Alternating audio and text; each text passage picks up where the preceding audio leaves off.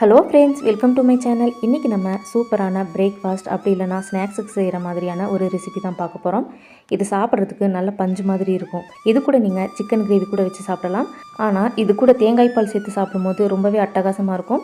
ரொம்ப ஈஸியாக டக்குன்னு செய்யக்கூடிய கேரளா ஸ்பெஷலான முட்டை பத்திரி, அது கூட திக்கான தேங்காய் பால் எப்படி செய்கிறதுன்னு பார்க்கலாமா?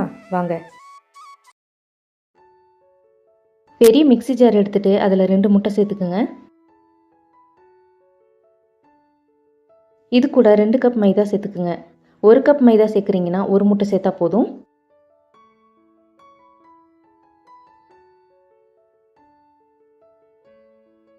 இந்த மாவுக்கு தேவையான அளவு உப்பு சேர்த்துக்குங்க. ஃபஸ்ட்டு 1 கப் தண்ணி நம்ம சேர்த்துக்கலாம். மைதா எடுத்த கப்பில் 1 கப் தண்ணி சேர்த்துருங்க. இப்போ இதை நல்லா கலந்து விடுங்க.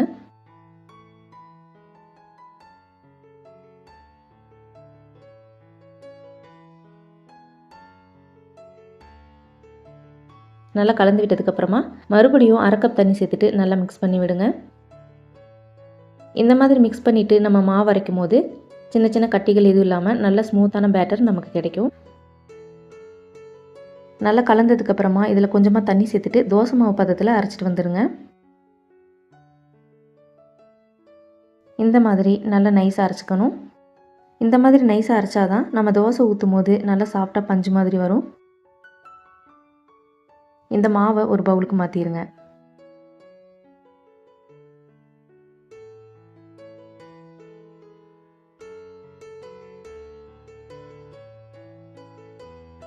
மாவு ரொம்ப திக்காக இருந்தால் இன்னும் கூட கொஞ்சம் தண்ணி சேர்த்துக்குங்க.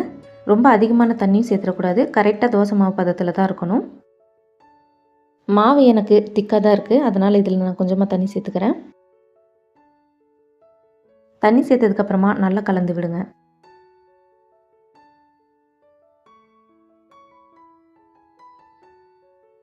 மாவு எடுத்து ஊற்றும் போது இந்த மாதிரி இருக்கணும். இதுதான் கரெக்டான பக்குவம். இதை அப்படியே மூடி போட்டு ஒரு வாரமாக வச்சுருங்க. இப்போ நம்ம தேங்காய் பால் ரெடி பண்ணிடலாம். அதுக்கு ஒரு மீடியம் சைஸில் முழு தேங்காய் எடுத்திருக்கேன். அதுக்கு மேலே இருக்கிற ப்ரௌன் பார்ட்டெல்லாம் க்ளீனாக எடுத்துகிட்டு நல்லா கழுவிட்டு சின்ன சின்ன பீசஸாக கட் பண்ணி ஒரு பெரிய மிக்ஸி ஜாரில் சேர்த்துருங்க. அது கூட 2 ஏலக்காய் சேர்த்துக்குங்க. இப்போ இதை நல்லா ட்ரையாக அரைச்சிட்டு வந்துடுங்க. இந்த மாதிரி அரைச்சிருக்கணும். இது கூட 1 டம்ளர் தண்ணி சேர்த்துட்டு இதை நல்லா நைஸாக அரைச்சிட்டு வந்துடுங்க. இந்த மாதிரி நைஸாக அரைச்சிக்கோங்க.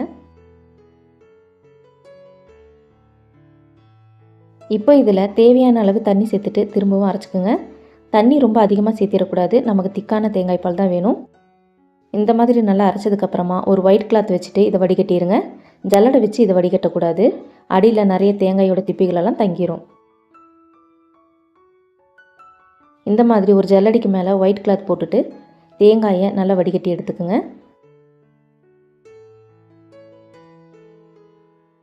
இந்த தேங்காய் பாலில் நம்ம திரும்பவும் தண்ணியெல்லாம் சேர்த்தக்கூடாது.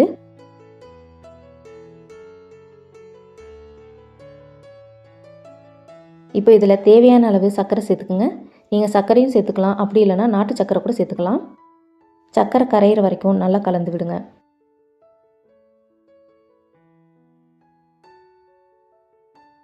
சர்க்கரையும் நல்லா கரைஞ்சிருச்சு. இதை மூடி போட்டு அப்படியே ஒரு ஓரமாக வச்சுருங்க. இப்போ ஒரு பேன் வச்சுட்டு பேன் நல்லா சூடாக இருக்கணும். நல்லா சூடானதுக்கப்புறமா இந்த மாவை ஒரே பக்கமாக ஊற்றுங்க. தோசை ஊற்றுற மாதிரி கரண்டி வச்சுட்டு அகலமாக நம்ம ஊற்றக்கூடாது. மாவு ரவுண்ட் ஷேப்பில் வர மாதிரி பேனை லைட்டாக சாய்ச்சிங்கன்னா போதும். இது வேகிறதுக்கு நமக்கு ரொம்ப நேரம் டைம் எடுக்காது. 2 நிமிஷத்தில் வெந்துடும். இதை நீங்கள் மூடி போட்டும் வேக வைக்கலாம், இல்லைனா ஓப்பனில் கூட நீங்கள் வேக வச்சுக்கலாம்.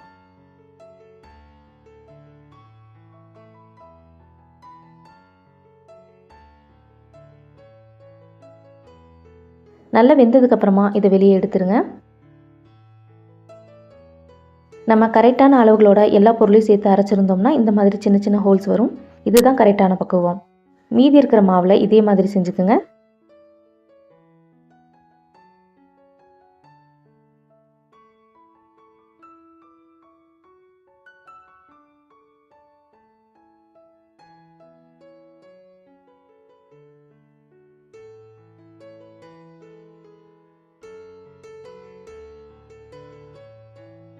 இப்போ நமக்கு கேரளா ஸ்பெஷலான முட்டை பத்திரி ரெடியாக இருக்குது. இது சாப்பிட்றதுக்கு அவ்வளவு சாஃப்டாக இருக்கும். இது கூட நீங்கள் சிக்கன் கிரேவி கூட வச்சு சாப்பிடலாம், ரொம்பவே நல்லாயிருக்கும். இதுக்கு மேலே தேங்காய் பால் சேர்த்து நல்லா ஊற வச்சு சாப்பிடும்போது ரொம்பவே அட்டகாசமாக இருக்கும். நான் சொல்கிறத விட நீங்களே வீட்டில் செஞ்சு பாருங்கள். செஞ்சு பார்த்துட்டு எப்படி இருக்குன்னு கமெண்ட்ஸில் சொல்லுங்கள். மறக்காமல் உங்கள் ஃப்ரெண்ட்ஸ் அண்ட் ஃபேமிலிக்கும் ஷேர் பண்ணிவிடுங்க. நம்ம சேனலை சப்ஸ்கிரைப் பண்ணாதவங்க சப்ஸ்கிரைப் பண்ணிக்கோங்க. பக்கத்தில் இருக்க பெல் ஐக்கானையும் கிளிக் பண்ணிவிடுங்க. இந்த ரெசிப்பியில் வர ஒவ்வொரு பொருளோட அளவையும் நான் டிஸ்கிரிப்ஷனில் கொடுக்குறேன். மறக்காமல் செக் பண்ணி பாருங்கள். இவ்வளோ நேரம் நம்ம வீடியோவை பார்த்ததுக்கு ரொம்ப நன்றி. இன்னொரு சூப்பரான இன்ட்ரெஸ்டிங்கான ரெசிபியோட வர வரைக்கும் பாய்.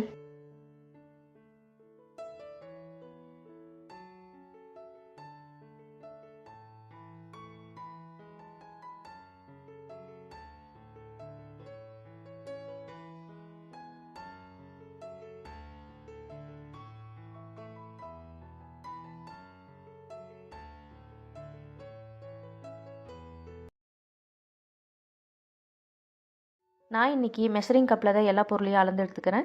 உங்கள்கிட்ட மெஷரிங் கப் இல்லைனா டம்ளர் இல்லைனா பவுலில் கூட நீங்கள் அளந்து எடுத்துக்கலாம்.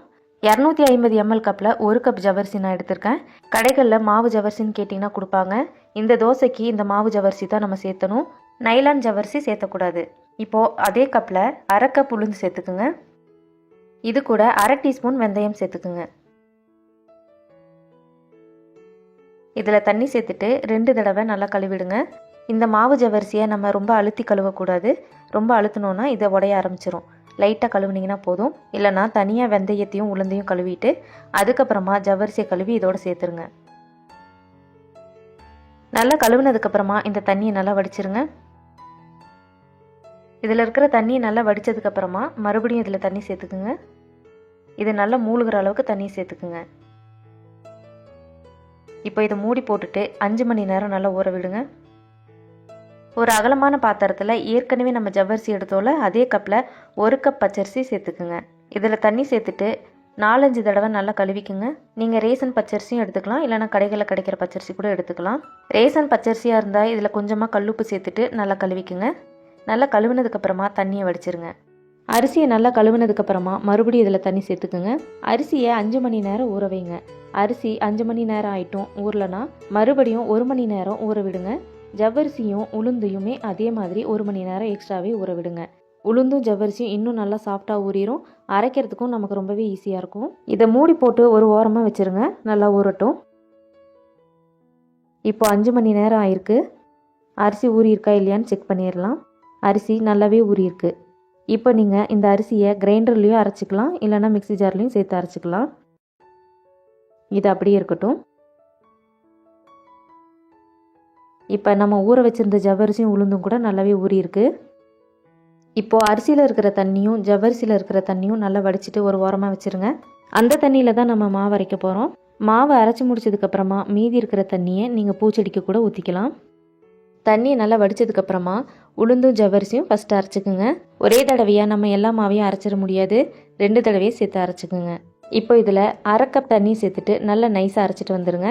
கொஞ்சம் கூட குருணைகள் இருக்கக்கூடாது. அதே மாதிரி தண்ணி அதிகமாகவும் சேர்த்துடக்கூடாது. இந்த அளவுக்கு நைஸாக அரைச்சிக்கணும். மாவை நம்ம கையில் எடுக்கும்போது அது வெண்ணெய் மாதிரி இருக்கணும். அதுதான் கரெக்டான பக்குவம். இந்த மாவை ஒரு அகலமான பாத்திரத்துக்கு மாற்றிடுங்க.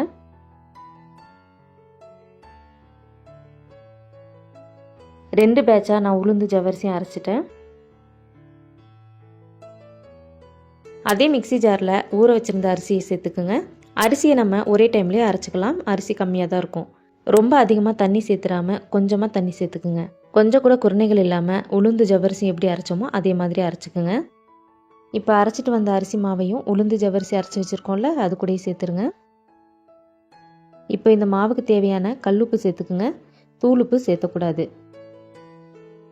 இப்போ கை வச்சு நல்லா கலந்து விடுங்க. நம்ம சேர்த்துருக்கிற அரிசி மாவு உளுந்து ஜவ்வரிசி மாவெல்லாம் நல்லா மிக்ஸ் ஆகணும்.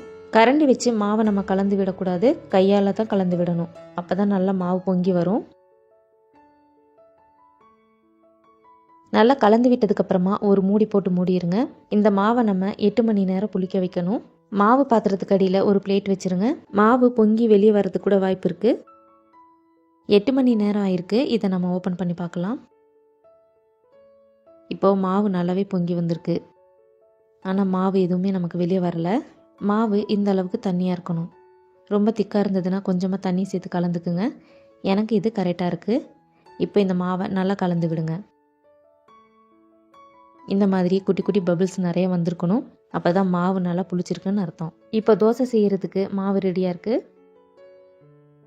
நீங்கள் நார்மலாக எப்படி தோசை செய்வீங்களோ அதே மாதிரி செஞ்சுக்குங்க. இந்த தோசையை நீங்கள் மெல்லிசாவும் செஞ்சுக்கலாம், இல்லைனா ஊத்தாப்பம் மாதிரி கூட நீங்கள் செஞ்சுக்கலாம். எப்படி செஞ்சாலும் ரொம்பவே நல்லாயிருக்கும். நான் இன்றைக்கி ரோஸ்ட் மாதிரி தான் ஊற்ற போகிறேன். நீங்கள் ரோஸ்ட் மாதிரி செய்கிறீங்கன்னா நல்ல அகலமான தோசையாக ஊற்றிக்குங்க. தோசைக்கு மேலே நெய் இல்லைனா எண்ணெயை உங்களுக்கு தேவையான அளவுக்கு சேர்த்துக்குங்க. இப்போ தோசையை நல்லா வேக விடுங்க. தோசை இந்த மாதிரி வெந்ததுக்கப்புறமா ஒரு கரண்டி வச்சுட்டு இந்த தோசை மேலே நல்லா அழுத்தி விடுங்க. இந்த மாதிரி நம்ம தோசையை அழுத்தி விடும்போது தோசை நல்லா மெல்லிசாயிரும். அதே மாதிரி நமக்கு கடைகளில் கிடைக்கிற மாதிரி ரோஸ்ட் மாதிரி மொறுமொறுப்பாகவும் இருக்கும். நம்ம தோசையை அழுத்தி விடும் போதே ஹை ஃப்ளேமில் வச்சுருங்க. நல்ல கோல்டன் ப்ரௌன் வந்ததுக்கப்புறமா நீங்கள் ரோஸ்ட் மாதிரி சுருட்டியும் எடுத்துக்கலாம், இல்லைனா ரெண்டாக மடித்து கூட நீங்கள் வெளியே எடுத்துடலாம். பார்த்தீங்கனாலே தெரியும் நமக்கு கல்லுலேருந்து எவ்வளோ ஈஸியாக எடுக்க வருதுன்னு. ரோஸ்ட்டு நமக்கு ரெடி ஆயிடுச்சு. இதே மாதிரி இன்னொரு ரோஸ்ட்டு கூட நான் உங்களுக்கு செஞ்சு காமிக்கிறேன்.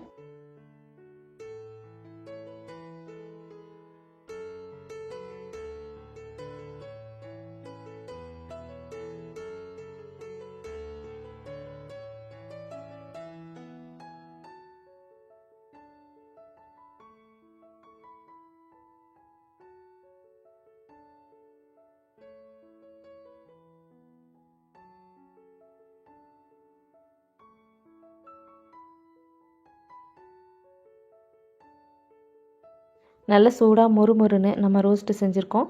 நீங்கள் இந்த மாவை வச்சு தோசை ஊத்தாப்பம் கூட செய்யலாம், ரொம்பவே நல்லாயிருக்கும். உங்களுக்கு தேவையான அளவு மாவை எடுத்துகிட்டு மீதி இருக்கிற மாவை ஃப்ரிட்ஜில் ஸ்டோர் பண்ணி வச்சுக்கோங்க. உங்களுக்கு தேவைப்படும் போது நீங்கள் யூஸ் பண்ணிக்கலாம். இந்த ரெசிபி உங்களுக்கு பிடிச்சிருக்கும்னு நினைக்கிறேன். பிடிச்சிருந்தா செஞ்சு பார்த்துட்டு எப்படி இருக்குன்னு கமெண்ட்ஸில் சொல்லுங்கள். மறக்காமல் உங்கள் ஃப்ரெண்ட்ஸ் அண்ட் ஃபேமிலிக்கும் ஷேர் பண்ணிவிடுங்க. நம்ம சேனல் இது வரைக்கும் சப்ஸ்கிரைப் பண்ணாதவங்க சப்ஸ்கிரைப் பண்ணிக்கோங்க. பக்கத்தில் இருக்க பெல் ஐக்கானை கிளிக் பண்ணிவிடுங்க. இந்த ரெசிபியில் வர ஒவ்வொரு பொருளோட அளவையும் நான் டிஸ்கிரிப்ஷனில் கொடுக்குறேன், மறக்காமல் செக் பண்ணி பாருங்கள். இவ்வளவு நேரம் நம்ம வீடியோவை பார்த்ததுக்கு ரொம்ப நன்றி. இன்னொரு சூப்பரான இன்ட்ரெஸ்டிங்கான ரெசிபியோட வர வரைக்கும் பாய். 2 கப் பச்சரிசி ஒரு பவுலில் சேர்த்துருங்க. நான் இன்றைக்கி ரேசன் பச்சரிசி எடுத்திருக்கேன். நீங்கள் ரேசன் பச்சரிசியும் எடுத்துக்கலாம், கடையில் கிடைக்கிற பச்சரிசியும் எடுத்துக்கலாம். நீங்கள் ரேசன் பச்சரிசி எடுத்துருக்கீங்கன்னா 1/2 டேபிள் ஸ்பூன் கல்லுப்பு சேர்த்துக்குங்க. கடையில் வாங்குற பச்சரிசியாக இருந்தால் கல்லுப்பு சேர்த்த தேவையில்லை. இப்போ தண்ணி சேர்த்துட்டு 4-5 தடவை நல்லா கழுவி எடுத்துகிட்டு வந்துடுங்க. ரேஷன் கடையில் கிடைக்கிற பச்சரிசி, புழுங்கல் அரிசி இதெல்லாம் நீங்கள் யூஸ் பண்ணுறீங்கன்னா அதில் கொஞ்சமாக கல்லுப்பு சேர்த்துட்டு நல்லா கழுவிடுங்க. அரிசி நல்லா வெள்ளையாயிரும். அதே மாதிரி அதில் இருக்கிற அழுக்கெல்லாம் க்ளீனாக போயிடும். அரிசி நல்லா கழுவுனதுக்கப்புறமா 1/4 கப் மாவு ஜவரிசி எடுத்துக்கோங்க. நைலான் ஜவரிசி யூஸ் பண்ணக்கூடாது. இது கூட 1/2 கப் வெள்ளை அவல் சேர்த்துக்குங்க. 1 டீஸ்பூன் வெந்தயம் சேர்த்துக்குங்க. இப்போ இதில் தண்ணி சேர்த்துட்டு 2 தடவை மட்டும் கழுவிக்குங்க. அரிசி கூட அவல் ஜவ்வரிசி சேர்த்து கழுவக்கூடாது. அரிசியும் ஜவ்வரிசியும் தண்ணியில் போட்டதுமே ரொம்பவே சாஃப்டாயிரும்.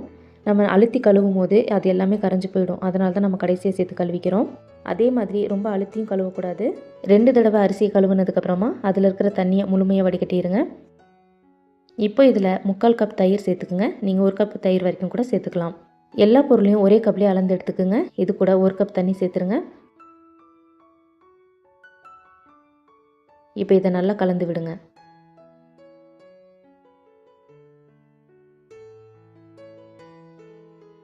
நம்ம சேர்த்திருக்கிற எல்லா பொருளும் இந்த தயிரோடையும் தண்ணியோடையும் மிக்ஸ் ஆகணும்.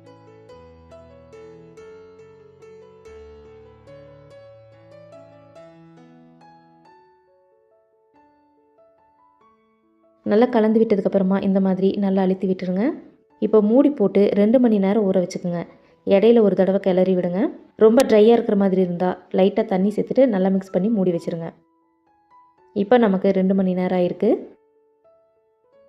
இந்த அளவுக்கு எல்லா பொருளும் நல்லா ஊறி இருக்கணும்.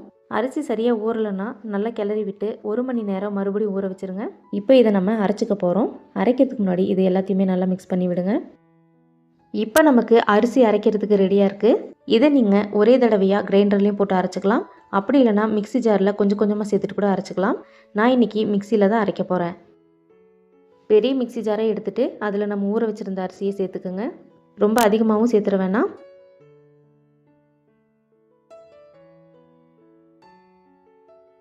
இப்போ இந்த அரிசியில் 1/2 டம்ளர் தண்ணி மட்டும் சேர்த்துக்குங்க. ரொம்ப அதிகமாக சேர்த்துடக்கூடாது. ஏற்கனவே நம்ம தண்ணியும் தயிரும் சேர்த்து தான் ஊற வச்சுருக்கோம்.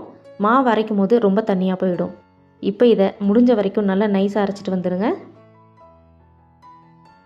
இப்போ பாருங்கள் எந்த அளவுக்கு நைஸாக அரைச்சிருக்கேன்னு. கொஞ்சம் கூட குறைகள் இருக்கக்கூடாது. கையில் தொட்டு பார்க்கும்போது வெண்ணெய் மாதிரி இருக்கணும். அந்தளவுக்கு நைஸாக அரைச்சிக்குங்க.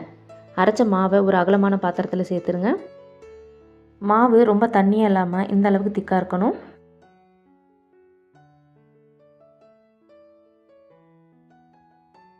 எல்லா அரிசியையும் அரைச்சதுக்கப்புறமா நல்லா கலந்து விடுங்க. பாருங்கள், இந்த அளவுக்கு திக்காக இருக்கணும். இப்போ இந்த மாவை புளிக்க வைக்க தேவையில்லை. நம்ம உடனே பணியாரம் செய்யலாம். இப்போ உங்களுக்கு வேணுங்கிற மாவை தனியாக ஒரு பவுலில் எடுத்துக்கோங்க. மீதி இருக்கிற மாவை ஃப்ரிட்ஜில் ஸ்டோர் பண்ணி வச்சுக்கோங்க. அந்த மாவை நீங்கள் எப்போ வேணாலும் யூஸ் பண்ணிக்கலாம். ரொம்பவே நல்லாயிருக்கும். இப்போ நான் இந்த அளவுக்கு மாவு எடுத்திருக்கேன். இது அப்படியே இருக்கட்டும். பணியாரத்துக்கு ஒரு சின்ன தாளிப்பை கொடுத்துடலாம். ஒரு பேன் வச்சுட்டு 2 டீஸ்பூன் ஆயில் சேர்த்துக்குங்க. ஆயில் நல்லா சூடானதுக்கப்புறமா 1 டீஸ்பூன் கடுகு சேர்த்துக்குங்க. இது கூட 1/2 டீஸ்பூன் ஜீரகம் சேர்த்து நல்லா ஃப்ரை பண்ணி விடுங்க.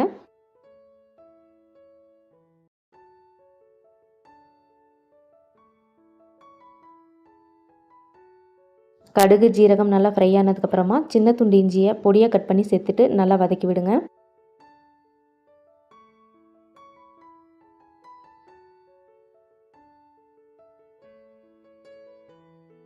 மீடியம் சைஸில் 2 வெங்காயம் பொடியாக கட் பண்ணி சேர்த்துக்குங்க. இப்போ இதை லைட்டாக வதக்கி விட்டிங்கன்னா போதும். ரொம்ப நேரம் வதக்கணும்னு அவசியம் இல்லை.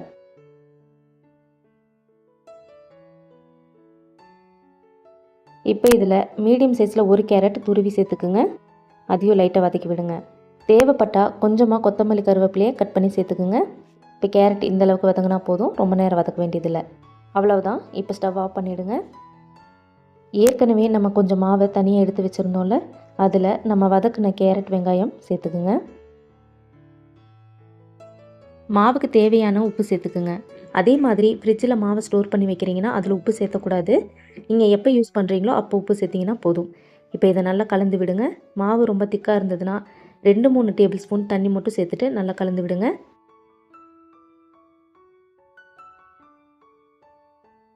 இந்த அளவுக்கு மாவு திக்காக இருக்கணும். அப்போ தான் பணியாரம் நல்லா பந்து மாதிரி வரும். இப்போ நமக்கு பணியாரம் செய்கிறதுக்கு மாவு ரெடியாக இருக்குது. இப்போ நம்ம பணியாரக்கல்லை சூடு பண்ணிடலாம். அதுக்கு முன்னாடி பணியாரக்கல்லில் கொஞ்சமாக எண்ணெயை சேர்த்துக்குங்க. எண்ணெய் நல்லா சூடானதுக்கப்புறமா பணியாரக்கல்லில் மாவை சேர்த்துக்குங்க. மேலே வரைக்கும் மாவு சேர்த்தக்கூடாது. 3/4 வாசி சேர்த்திங்கன்னா போதும். அப்போ தான் மாவு நல்லா வெந்து பொங்கி வரும்போது ஒன்றோட ஒன்று ஒட்டாமல் இருக்கும்.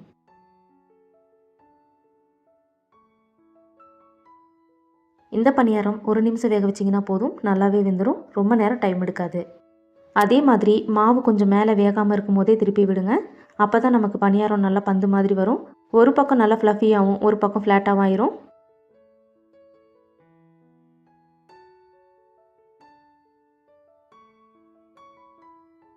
திருப்பி விட்டதுக்கப்புறமா 1 நிமிஷம் வேக வச்சிங்கன்னா போதும். ரொம்ப நேரம் வேக வைக்க தேவையில்லை. இப்போ பாருங்கள் பணியாரம் எவ்வளோ நல்லா வெந்திருக்குன்னு. ரொம்ப கருக விடாமல் லைட் கோல்டன் ப்ரௌன் வந்ததுக்கப்புறமா இதை வெளியே எடுத்துருங்க. இதை நீங்கள் மார்னிங் பிரேக்ஃபாஸ்ட்டுக்கு செய்கிறீங்கன்னா நைட்டே ஊற வச்சுருங்க. தயிர் கொஞ்சம் புளிப்பு கம்மியாக இருக்கிற மாதிரி சேர்த்துக்குங்க. ஈவினிங் ஸ்நாக்ஸாக செய்கிறீங்கன்னா 3 மணிக்கு ஊற வச்சிங்கன்னா கரெக்டாக இருக்கும். நைட் டின்னருக்கு செய்கிறீங்கன்னா 6 மணிக்கு ஊற வச்சிங்கன்னா கூட கரெக்டாக இருக்கும். ரொம்ப கூலிங்கான கிளைமேட்டில் இருக்கிறீங்கன்னா 6 மணி நேரம் ஊற வச்சுருங்க. இதே மாதிரி மிச்சம் இருக்கிற மாவில் பணியாரம் செஞ்சுக்குங்க. நல்ல பஞ்சு மாதிரி பணியாரம் ரெடி ஆயிடுச்சு. இதுக்கு சட்னி சாம்பார் எதுவுமே தேவையில்லை. சும்மா சாப்பிட்றதுக்கே அவ்வளோ சூப்பராக இருக்கும். இந்த மாவில் நீங்கள் தோசை கூட செய்யலாம். ரொம்பவே நல்லா வரும். இந்த பணியாரம் ஈவினிங் டீ கூட வச்சு சாப்பிடும்போது ரொம்பவே சூப்பராக இருக்கும். நான் சொல்கிறத விட நீங்கள் வீட்டில் செஞ்சு பாருங்கள். செஞ்சு பார்த்துட்டு எப்படி இருக்குன்னு கமெண்ட்ஸில் சொல்லுங்கள். மறக்காமல் உங்கள் ஃப்ரெண்ட்ஸ் அண்ட் ஃபேமிலிக்கும் ஷேர் பண்ணிவிடுங்க. நம்ம சேனலை சப்ஸ்கிரைப் பண்ணாதவங்க சப்ஸ்கிரைப் பண்ணிக்கோங்க. பக்கத்தில் இருக்க பெல் ஐக்கானையும் கிளிக் பண்ணிவிடுங்க. இந்த ரெசிபியில் வர ஒவ்வொரு பொருளோட அளவையும் நான் டிஸ்கிரிப்ஷனில் கொடுக்குறேன். மறக்காமல் செக் பண்ணி பாருங்கள். இவ்வளவு நேரம் நம்ம வீடியோவை பார்த்ததுக்கு ரொம்ப நன்றி. இன்னொரு இன்ட்ரெஸ்டிங்கான சூப்பரான ரெசிபியோட வர வரைக்கும் பாய்.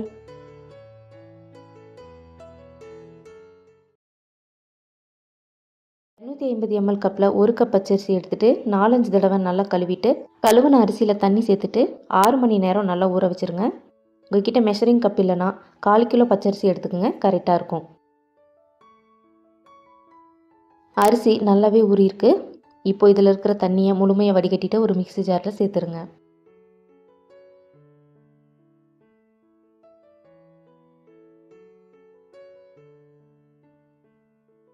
இந்த அரிசி கூட 1/2 கப் வேக வச்ச சாதம் சேர்த்துருங்க. நம்ம அரிசி ஊற வச்சுருந்த தண்ணியை கொஞ்சமாக சேர்த்துட்டு நல்லா நைஸாக அரைச்சிட்டு வந்துடுங்க. உங்களுக்கு எந்த அளவுக்கு முடியுமோ அந்த அளவுக்கு நைஸாக அரைச்சிக்கோங்க. தண்ணி ரொம்ப அதிகமாக சேர்த்தக்கூடாது. கொஞ்சம் கொஞ்சமாக சேர்த்து தோசை மாவை விட கொஞ்சம் திக்காகவே அரைச்சிக்கோங்க. இப்போ பாருங்கள் மாவு எந்த அளவுக்கு நைஸாக இருக்குதுன்னு. கொஞ்சம் கூட குருணைகள் இல்லாமல் மாவு வெண்ணெய் மாதிரி இருக்கணும். பாருங்கள் கொஞ்சம் கூட குருணைகள் இல்லாமல் இந்த அளவுக்கு அரைச்சிக்கோங்க. கரண்டியில் நம்ம விரலை வச்சு இழுக்கும் போது இந்த மாதிரி க்ளீனாக வரணும். இதுதான் கரெக்டான பக்குவம். இந்த அளவுக்கு அரைச்சாதான் மாவு நம்ம எண்ணெயில் ஊற்றும் போது தானாகவே எலும்பி மேலே வரும். இல்லைனா பாத்திரத்திலே மாவு ஒட்டிக்கும். இப்போ இந்த மாவை ஒரு பவுலுக்கு மாற்றிடுங்க. இப்போ இந்த மாவை மூடி போட்டு 10 நிமிஷம் அப்படியே ரெஸ்ட் கொடுங்க. நீங்கள் உடனே கூட செய்யலாம். 10 நிமிஷம் வச்சுட்டு செய்யும் போது இன்னுமே நல்லா வரும். இப்போ 10 நிமிஷம் ஆயிடுச்சு. இப்போ இதை நல்லா மிக்ஸ் பண்ணி விடுங்க.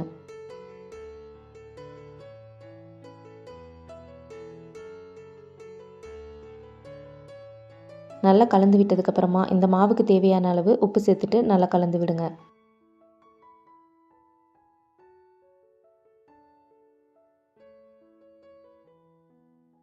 இப்போ ரைஸ் பூரி செய்கிறதுக்கு மாவு ரெடியாக இருக்குது. எண்ணெயை நல்லா சூடு பண்ணிடுங்க. பூரி செஞ்சு முடிகிற வரைக்கும் அடுப்பு ஹை ஃப்ளேமில் வச்சுக்கோங்க. எண்ணெய் நல்லா சூடானதுக்கப்புறமா மாவை எடுத்துகிட்டு எண்ணெயில் இந்த மாதிரி ஒரே பக்கமாக ஊற்றுங்க. முடிஞ்ச வரைக்கும் நான்ஸ்டிக் பாத்திரம் எடுத்துக்கோங்க. அப்போ தான் மாவு ஒட்டாமல் வரும். மாவை எண்ணெயில் ஊற்றுனதுக்கப்புறமா இதை நல்லா வேக விடணும். நல்லா வெந்ததுக்கப்புறமா பூரி தானாகவே மேலே எலும்பி வரும். அதுக்கு முன்னாடி கரண்டி வச்சு திருப்பியெல்லாம் விடக்கூடாது. பூரி நல்லா இந்த மாதிரி எலும்பி வந்ததுக்கப்புறமா ஒரு ஸ்பூனில் இந்த மாதிரி எண்ணெய் எடுத்து அந்த பூரிக்கு மேலே ஊற்றுங்க. பூரி இன்னுமே நல்லா ஃப்ளஃபியாக வரும். 2 நிமிஷம் நல்லா வெந்ததுக்கப்புறமா இந்த மாதிரி திருப்பி விடுங்க. ஒவ்வொரு பக்கமும் 2 நிமிஷம் நல்லா வேக வச்சுருங்க. நான் இன்றைக்கி 2 பக்கமும் திருப்பி விட்டு ஒயிட் கலரில் தான் வேக வச்சுருக்கேன். நீங்கள் லைட் கோல்டன் ப்ரௌன் வர வரைக்கும் கூட வேக வச்சுக்கலாம். பூரி நல்லா உப்பலாக வந்ததுக்கப்புறமா வெந்துருச்சுன்னு நினச்சி நம்ம எடுத்துடக்கூடாது. பூரி மேலே மட்டும்தான் வெந்திருக்கும், உள்ள மாவு அப்படியே இருக்கும். அதனால் நல்லா வேக வச்சு எடுத்துக்கோங்க. பூரி நல்லா வெந்ததுக்கப்புறமா இதை நல்லா எண்ணெயை வடிச்சிட்டு வெளியே எடுத்துருங்க.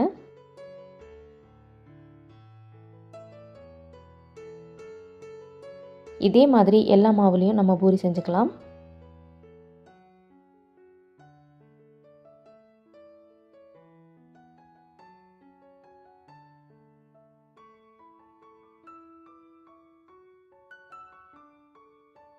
இந்த பூரியை நான்வெஜ் கூடயும் சாப்பிடலாம். அப்படி இல்லைனா எல்லா வகையான சட்னி கூடயும் சாப்பிடலாம். ரொம்பவே சூப்பராக இருக்கும்.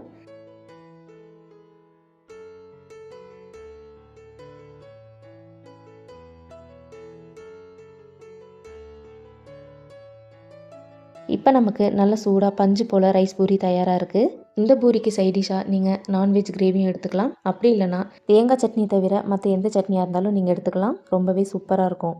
இது பார்க்குறதுக்கு மட்டும் இல்லை, சாப்பிட்றதுக்கும் ரொம்ப வித்தியாசமான டேஸ்ட்டில் இருக்கும்.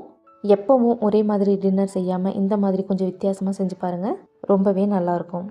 நம்ம சேனலில் சிக்கன் கிரேவி ரெசிபி அதே மாதிரி சட்னி ரெசிபியெல்லாம் நிறைய அப்லோட் பண்ணியிருக்கோம். பிளேலிஸ்ட்டில் போய்ட்டு செக் பண்ணி பாருங்கள். இந்த பூரிக்கு சைடிஷாக அதிலிருந்து கூட சிக்கன் கிரேவியோ அப்படி இல்லைனா சட்னி கூட நீங்கள் பார்த்து செய்யலாம். இந்த ரைஸ் பூரி உங்களுக்கு பிடிச்சிருக்குன்னு நினைக்கிறேன். பிடிச்சிருந்தா செஞ்சு பார்த்துட்டு எப்படி இருக்குன்னு கமெண்ட்ஸில் சொல்லுங்கள். மறக்காமல் உங்கள் ஃப்ரெண்ட்ஸ் அண்ட் ஃபேமிலிக்கும் ஷேர் பண்ணிவிடுங்க. நம்ம சேனலை சப்ஸ்கிரைப் பண்ணாதவங்க சப்ஸ்கிரைப் பண்ணிக்கோங்க. பக்கத்தில் இருக்க பெல் ஐக்கானே கிளிக் பண்ணிவிடுங்க.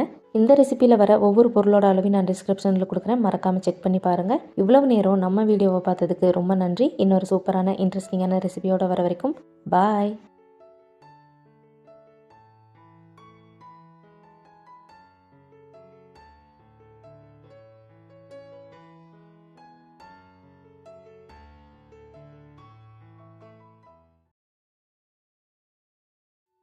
ஒன்றரை கப் ரேசன் அரிசி ஒரு பாத்திரத்தில் சேர்த்துருங்க.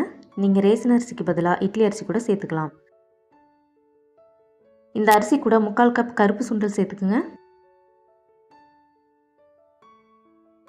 1/2 கப் உளுந்து சேர்த்துக்குங்க. இன்றைக்கி நான் எல்லாமே மெஷரிங் கப்பில் தான் எடுத்திருக்கேன். மெஷரிங் கப் இல்லைனா பவுல் இல்லைனா டம்ளரில் கூட நீங்கள் அளந்துக்கலாம். இது கூட 1 டீஸ்பூன் வெந்தயம் சேர்த்துக்குங்க. 1 டேபிள் ஸ்பூன் உப்பு சேர்த்துக்குங்க. நம்ம ரேசன் அரிசி சேர்த்துருக்கிறதுனால நான் உப்பு சேர்த்து கழுவுறேன்.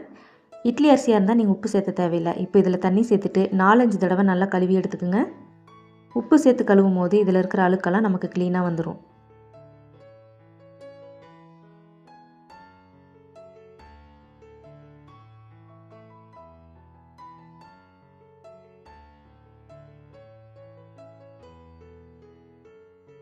இப்போ பார்த்தீங்கன்னா தெரியும் எவ்வளோ அழுக்காக இருக்குதுன்னு.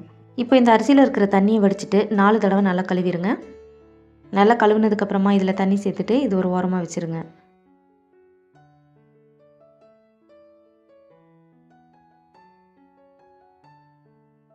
அரை கப் வெள்ளை அவல் ஒரு பவுலில் சேர்த்துருங்க. இதில் தண்ணி சேர்த்துட்டு 2-3 தடவை நல்லா கழுவிடுங்க. அவலை நம்ம அரிசி கூட சேர்த்து கழுவும் போது அவல் ரொம்ப சாஃப்டாக இருக்கிறதுனால கரைஞ்சி போயிடும். அதனால தான் நம்ம தனியாக கழுவிக்கிறோம். இந்த தண்ணியை வடிச்சிட்டு இன்னும் 2-3 தடவை கழுவிடுங்க. அவல் நல்லா கழுவுனதுக்கப்புறமா அதில் இருக்கிற தண்ணியை வடிச்சிட்டு நம்ம ஏற்கனவே கழுவி ஊற வச்சுருக்கோம்ல அரிசி, அது கூட சேர்த்துருங்க.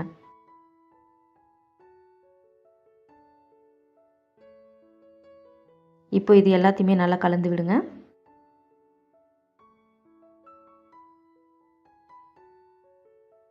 இப்போ இது மூடி போட்டு 5லிருந்து 6 மணி நேரம் நல்லா ஊற வச்சுருங்க. இப்போ 6 மணி நேரம் ஆயிருக்கு. நம்ம சேர்த்துருந்த எல்லா பொருளுமே நல்லா ஊறி இருக்கு பாருங்கள். இந்த மாதிரி ஊறி இருக்கணும். இப்போ இதை நமக்கு அரைக்கிறதுக்கு தயாராக இருக்குது. நீங்கள் மிக்ஸி ஜாரில் சேர்த்தும் அரைச்சிக்கலாம், இல்லைனா கிரைண்டரில் கூட அரைச்சிக்கலாம். அரிசியில் இருக்கிற தண்ணியை நல்லா வடிச்சிட்டு ஒரு மிக்ஸி ஜாரில் சேர்த்துருங்க. நம்ம அரிசி ஊற வச்சுருந்தோம்ல, அந்த தண்ணி சேர்த்து தான் இதில் அரைக்கணும். இப்போ இதில் கொஞ்சமாக தண்ணி சேர்த்து அரைச்சிருங்க. அதிக தண்ணியும் சேர்த்துடக்கூடாது. தோசை மாவு பதத்தில் இருக்கணும்.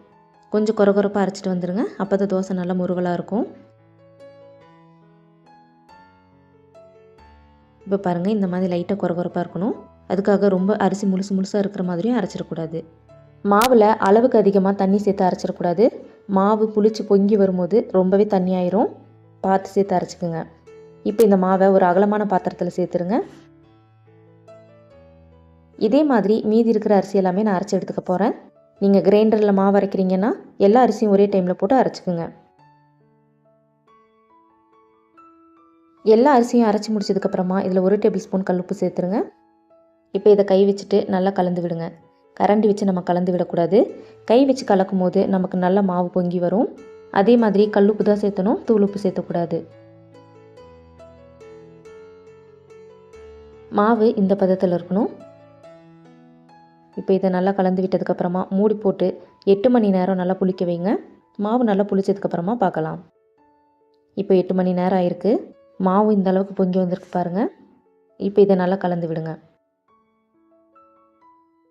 மாவு ரொம்ப திக்காக இருந்தால் கொஞ்சமாக தண்ணி சேர்த்துட்டு கலந்துக்குங்க. அதே மாதிரி இந்த மாவை நல்லா கலந்துட்டு உங்களுக்கு எவ்வளவு மாவு வேணுமோ அதை எடுத்துகிட்டு மீதி இருக்கிற மாவை ஃப்ரிட்ஜில் ஸ்டோர் பண்ணி வச்சுக்கோங்க. மாவு இந்த பதத்தில் இருக்கணும். இப்போ நமக்கு தோசை செய்கிறதுக்கு மாவு ரெடியாக இருக்குது. தோசைக்கல் நல்லா காஞ்சதுக்கப்புறமா மாவு சேர்த்துட்டு நல்ல மெலிசான தோசையை செஞ்சுக்குங்க.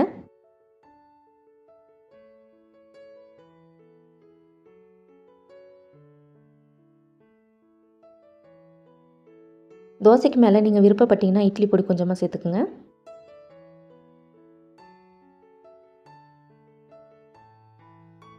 இதுக்கு மேலே எண்ணெய் இல்லைன்னா நெய்யை உருக்கிட்டு சேர்த்துக்குங்க.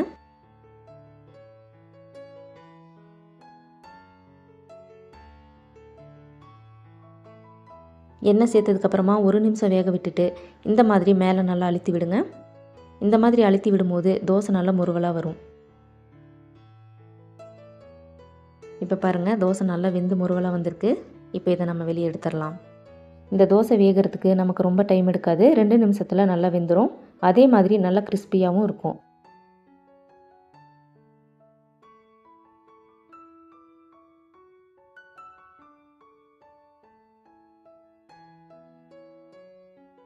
இதே மாதிரி உங்களுக்கு வேணுங்கிற தோசையை செஞ்சுக்குங்க.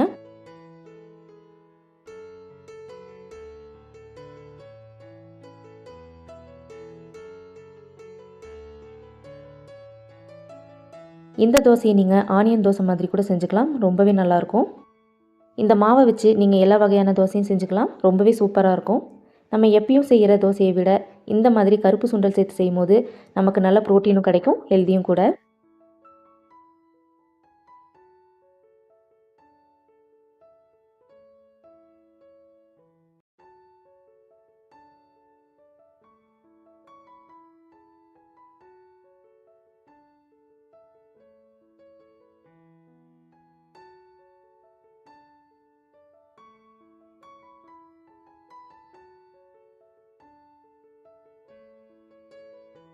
இப்போ நமக்கு நல்ல முறுமுறுன்னு ஹை ப்ரோட்டீன் தோசை தயாராகிருச்சு.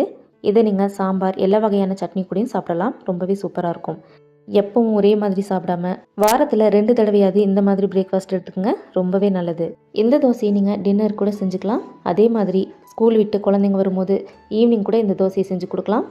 இந்த தோசை உங்களுக்கு ரொம்ப பிடிச்சிருக்குன்னு நினைக்கிறேன். பிடிச்சிருந்தா செஞ்சு பார்த்துட்டு எப்படி இருக்குன்னு கமெண்ட்ஸில் சொல்லுங்கள். மறக்காமல் உங்கள் ஃப்ரெண்ட்ஸ் அண்ட் ஃபேமிலிக்கும் ஷேர் பண்ணிவிடுங்க. நம்ம சேனலை சப்ஸ்கிரைப் பண்ணாதவங்க சப்ஸ்கிரைப் பண்ணிக்கோங்க. பக்கத்தில் இருக்க பெல் ஐக்கானையும் கிளிக் பண்ணிவிடுங்க. இந்த ரெசிப்பியில் வர ஒவ்வொரு பொருளோட அளவையும் நான் டிஸ்கிரிப்ஷனில் கொடுக்குறேன். மறக்காமல் செக் பண்ணி பாருங்கள். இவ்வளவு நேரம் நம்ம வீடியோவை பார்த்ததுக்கு ரொம்ப நன்றி. இன்னொரு இன்ட்ரெஸ்டிங்கான சூப்பரான ரெசிபியோடு வர வரைக்கும் பாய்.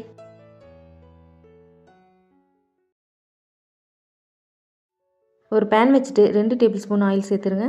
எண்ணெய் நல்லா சூடானதுக்கப்புறமா அடுப்பை சிம்மில் வச்சுட்டு கடுகு 1/2 டீஸ்பூன் சேர்த்துருங்க. அது கூடவே 1/2 டீஸ்பூன் ஜீரகம், 2 டீஸ்பூன் கடலைப்பருப்பு, 2 டீஸ்பூன் உளுத்தம்பருப்பு சேர்த்துட்டு நம்ம சேர்த்திருக்கிற பொருள் கரிஞ்சு போயிடாமல் லைட் கோல்டன் ப்ரௌன் வர வரைக்கும் வறுத்துக்குங்க. இந்த அளவுக்கு வறுத்தா போதும். இப்போ இது கூட 2 வெங்காயம் கட் பண்ணி சேர்த்துக்குங்க. ஒரு கொத்து கருவேப்பிலையை பொடியை கட் பண்ணி சேர்த்துக்குங்க. கருவேப்பிலையை நம்ம முழுசாக சேர்க்கக்கூடாது. 2 பச்சை மிளகாய் பொடியை கட் பண்ணி சேர்த்துருங்க. ஒரு மீடியம் சைஸ் கேரட் துருவி சேர்த்துட்டு இதை நல்லா வதக்கி விடுங்க. ரொம்ப நேரம் வதக்கணும்னு அவசியம் இல்லை. 1 நிமிஷம் வதக்குனீங்கன்னா போதும். இந்த அளவுக்கு வதங்கினதுக்கப்புறமா 1 கப் ரவையை இதில் சேர்த்துருங்க. நான் இன்றைக்கி 250 ml கப்பில் எடுத்திருக்கேன். உங்கள் கிட்ட மெஷரிங் கப் இல்லைனா 1/4 கிலோ ரவை சேர்த்துக்குங்க. கரெக்டாக இருக்கும். 1 கப் ரவை உங்களுக்கு பத்தாதுன்னா இது கூட இன்னும் 1/2 கப் ரவை கூட நீங்கள் சேர்த்துக்கலாம். இப்போ இதை 2 நிமிஷம் நல்லா வறுத்து விடுங்க.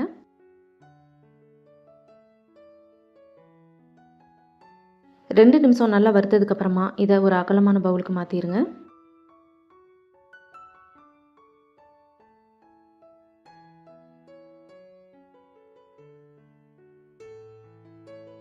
இப்போ இதை நல்லா கலந்து விட்டு ஆற விடுங்க. இதை நல்லா ஆறினதுக்கப்புறமா தான் நம்ம தயிர் சேர்க்கணும். சூடாக இருக்கும்போது தயிர் சேர்க்கக்கூடாது. இது நல்லா ஆறட்டும். அதிகம் புளிப்பில்லாத தயிர் 3/4 கப் எடுத்துக்கோங்க. அதில் தேவையான அளவு உப்பு சேர்த்துருங்க. 1/4 டீஸ்பூன் பேக்கிங் சோடா சேர்த்துக்குங்க. இதில் நல்ல பபிள்ஸ் வர மாதிரி கலந்து விடுங்க.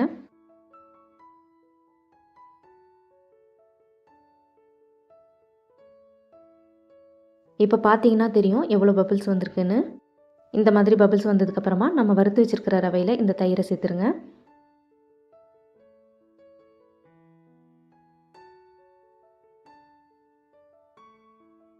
இதில் 1 கப் தண்ணி சேர்த்துட்டு நல்லா கலந்து விடுங்க. இந்த 1 கப் தண்ணி நமக்கு பத்தாது. நல்லா கலந்து விட்டு 5 நிமிஷம் ஊற வச்சதுக்கப்புறமா இதில் தண்ணி சேர்த்துக்கலாம். ரொம்ப அதிகமான தண்ணியும் சேர்த்துடக்கூடாது. ஒரு 1/4 கப் தண்ணி சேர்த்துட்டு நல்லா மிக்ஸ் பண்ணிவிட்டு அதுக்கப்புறமா பணியாரம் செஞ்சுக்குங்க. ரொம்ப தண்ணியாக இருந்ததுன்னா பணியாரம் ரொம்ப கொழப்பாக போயிடும். இந்த அளவுக்கு திக்காக இருக்குது. இப்போ இதை மூடி போட்டுட்டு 5 நிமிஷம் அப்படியே ஊற வச்சுருங்க. நல்லா ஊறினதுக்கப்புறமா 1/4 கப் தண்ணி சேர்த்துட்டு நல்லா மிக்ஸ் பண்ணிவிட்டு அதுக்கப்புறமா பணியாரம் செஞ்சுக்குங்க. அடுப்பில் ஒரு பணியாரக்கல் வச்சுட்டு அதில் கொஞ்சமாக எண்ணெய் சேர்த்துருங்க. பணியாரக்கல் நல்லா சூடானதுக்கப்புறமா அடுப்பை லோ ஃப்ளேமில் வச்சுட்டு நம்ம கலந்து வச்சுருக்கிற ரவையை ஒரு ஸ்பூனால் எடுத்து அதில் சேர்த்துருங்க. நம்ம கலந்து வச்சுருக்கிற ரவை இந்த அளவுக்கு திக்காக இருக்கணும். மீடியம் ஃப்ளேமில் வச்சுட்டு நல்லா வேக விடுங்க. ஹை ஃப்ளேமில் வச்சு வேக வச்சிங்கன்னா மேலே மட்டும் வெந்திருக்கும், உள்ள மாவு அப்படியே இருக்கும். நல்லா வெந்ததுக்கப்புறமா எல்லா பணியாரங்களையும் திருப்பி விடுங்க.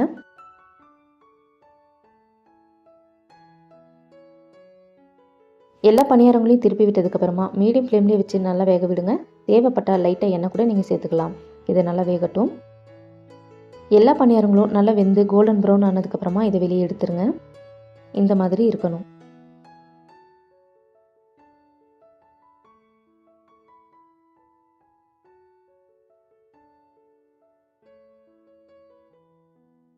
இப்போ நமக்கு ரவா குழி பணியாரம் தயாராக இருக்குது. மேலே நல்லா முறுமுறுன்னு உள்ளே நல்லா சாஃப்டாக இருக்கும். இந்த பணியாரத்துக்கு நமக்கு சைட் டிஷ்ஷே தேவையில்லை. இதை நம்ம அப்படியே சாப்பிடலாம். எப்பவும் ஒரே மாதிரி இட்லி தோசைன்னு சாப்பிடாம இந்த மாதிரி ஒரு தடவை ட்ரை பண்ணி பாருங்கள். இதை நீங்கள் காலையில் பிரேக்ஃபாஸ்ட்டாகவும் எடுத்துக்கலாம். இல்லைனா ஈவினிங் டைமில் ஸ்நாக்ஸாக கூட நீங்கள் செய்யலாம். நான் இன்றைக்கி நிலக்கடலை சட்னியோட தான் செஞ்சுருக்கேன்.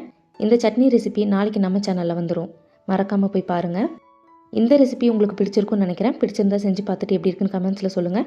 மறக்காமல் உங்கள் ஃப்ரெண்ட்ஸ் அண்ட் ஃபேமிலிக்கும் ஷேர் பண்ணிவிடுங்க. நம்ம சேனலை சப்ஸ்கிரைப் பண்ணாதவங்க சப்ஸ்கிரைப் பண்ணிக்கோங்க. பக்கத்தில் இருக்க பெல் ஐக்கானையும் கிளிக் பண்ணிவிடுங்க. இந்த ரெசிபியில் வர ஒவ்வொரு பொருளோட அளவையும் நான் டிஸ்கிரிப்ஷனில் கொடுக்குறேன். மறக்காமல் செக் பண்ணி பாருங்கள். இவ்வளோ நேரம் நம்ம வீடியோவை பார்த்ததுக்கு ரொம்ப நன்றி. இன்னொரு சூப்பரான இன்ட்ரெஸ்டிங்கான ரெசிபியோட வர வரைக்கும் பாய்.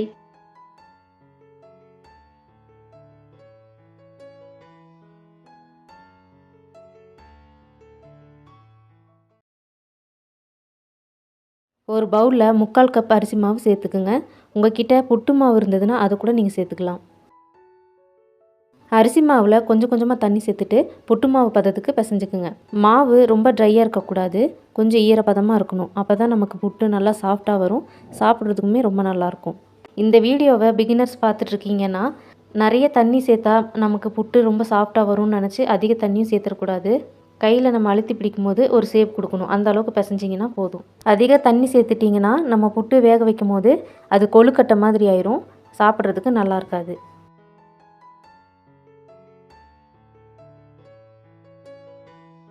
இப்போ கையை வச்சு மாவில் இருக்கிற அந்த சின்ன சின்ன கட்டிகளெல்லாம் நல்லா உதுத்து விடுங்க.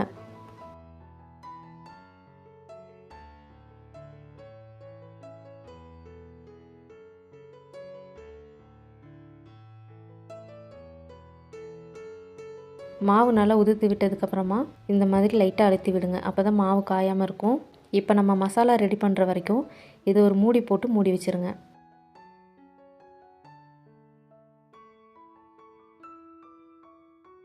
இப்போ ஒரு பேனில் 3 டேபிள் ஸ்பூன் எண்ணெய் சேர்த்துக்குங்க.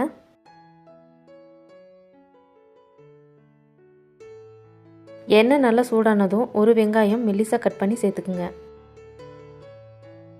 வெங்காயம் கோல்டன் ப்ரௌன் வர வரைக்கும் நல்லா வதக்கி விடுங்க. இந்த அளவுக்கு கலர் சேஞ்ச் ஆன உடனே கொஞ்சமாக கருவேப்பிலையை கட் பண்ணி சேர்த்துக்குங்க.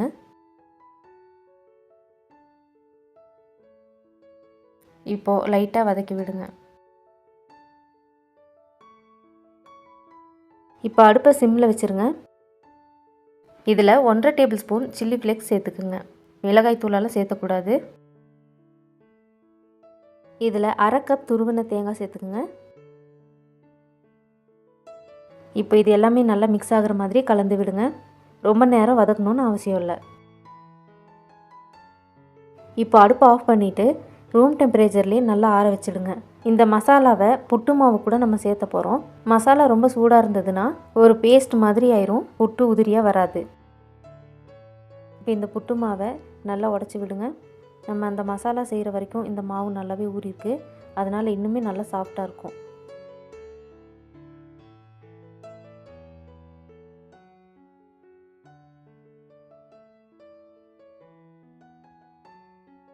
மசாலா நல்லா ஆறுனதும் புட்டு மாவை சேர்த்துருங்க.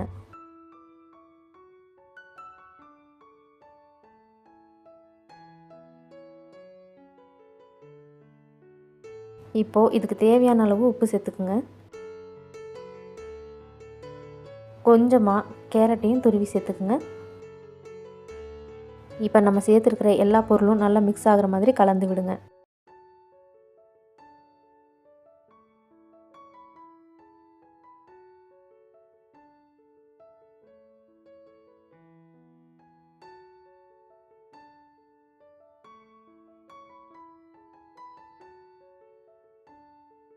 இந்த மாதிரி புட்டு மேக்கர் இருந்ததுன்னா அடியில் கொஞ்சமாக தேங்காய் துருவலை சேர்த்துக்குங்க.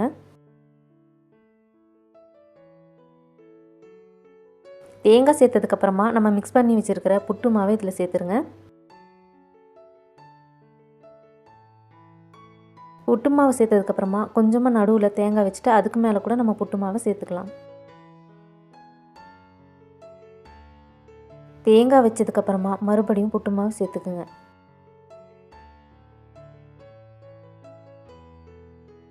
மேலே கடைசியாக கொஞ்சமாக தேங்காய் வச்சுருங்க.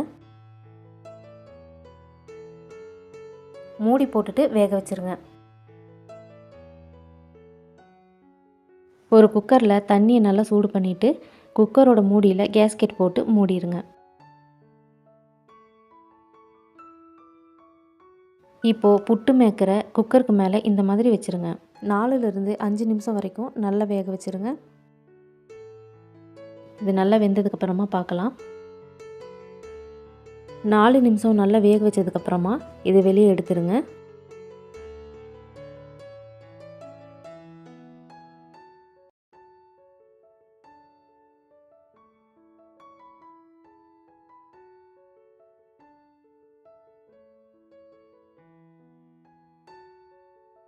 இப்போ நமக்கு மசாலா புட்டு தயாராகிருச்சு. எப்போவும் இட்லி தோசைன்னு செய்யாமல் இந்த மாதிரி கொஞ்சம் வித்தியாசமாக செஞ்சு கொடுத்து பாருங்கள். எல்லாருமே விரும்பி சாப்பிடுவாங்க. இந்த ரெசிபியை கண்டிப்பாக உங்கள் வீட்டில் செஞ்சு பாருங்கள். செஞ்சு பார்த்துட்டு எப்படி இருக்குன்னு கமெண்ட்ஸில் சொல்லுங்கள். மறக்காமல் உங்கள் ஃப்ரெண்ட்ஸ் அண்ட் ஃபேமிலிக்கும் ஷேர் பண்ணிவிடுங்க. இதுவரை நம்ம சேனலை சப்ஸ்கிரைப் பண்ணாதவங்க சப்ஸ்கிரைப் பண்ணிக்கோங்க. பக்கத்தில் இருக்க ஆல் பெல் ஐக்கானையும் கிளிக் பண்ணிவிடுங்க. இந்த ரெசிபியில் வர ஒவ்வொரு பொருளோட அளவையும் டிஸ்கிரிப்ஷனில் கொடுத்துருக்கேன். மறக்காமல் செக் பண்ணி பாருங்கள். இன்னொரு நல்ல ரெசிபியோடு வர வரைக்கும் பாய்.